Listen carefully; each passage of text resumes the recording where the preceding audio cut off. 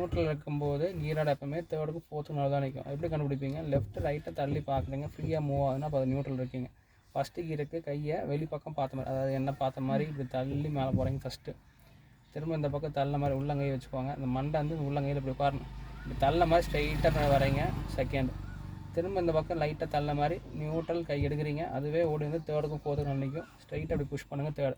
தேர்டுக்கும் ஃபோர்த்துக்கும் கீராட இப்படி பிடிங்க அதை பிடிச்சி நியூட்ரல் ஃபோர்த் அதை ஃபில் பண்ணி வாங்க.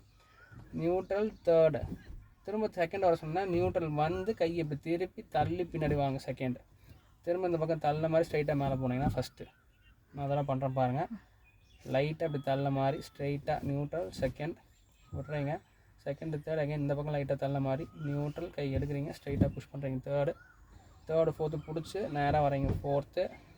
ஃபிஃப்த்துக்கு நியூட்ரல் வந்து கையை திருப்பி தள்ளி மேலே போகிறீங்க. ஃபிஃப்த்துலேருந்து டேரெக்டாக ரிவர்ஸ் விழுகாது, வந்து ஸ்டக்காகி நின்றுக்கும். வந்து விட்டிங்க அப்படின்னா நியூட்ரல் வந்து விட்டிங்கன்னா அதுவே ஓடி வந்து தேர்டுக்கும் ஃபோர்த்துக்கும் நடுவில் வந்து நின்றும். வண்டி கம்ப்ளீட்டாக ஸ்டாப் ஆனதுக்கப்புறம் தள்ளி பின்னாடி போட்டிங்கன்னா ரிவர்ஸ்க்கு அந்த சவுண்டு வரும். பழைய வண்டிகளில் வராது, புது வண்டியில் BS6 மாடலில் ஒரு சவுண்டு பீப் சவுண்டு வரும். அதை வச்சு கண்டுபிடிச்சிக்கலாம். ஒரு சில வண்டியில் டேஷ்போர்டில் உங்களுக்கு சிம்பிள் காட்டும், அதை வச்சும் கண்டுபிடிச்சிக்கலாம். திரும்ப நியூட்ரல் வர்றதுக்கு உங்களை அணைச்ச மாதிரி இப்படி லைட்டாக இப்படி தள்ள மாதிரி நியூட்ரல் வந்து கை எடுக்கிறீங்க,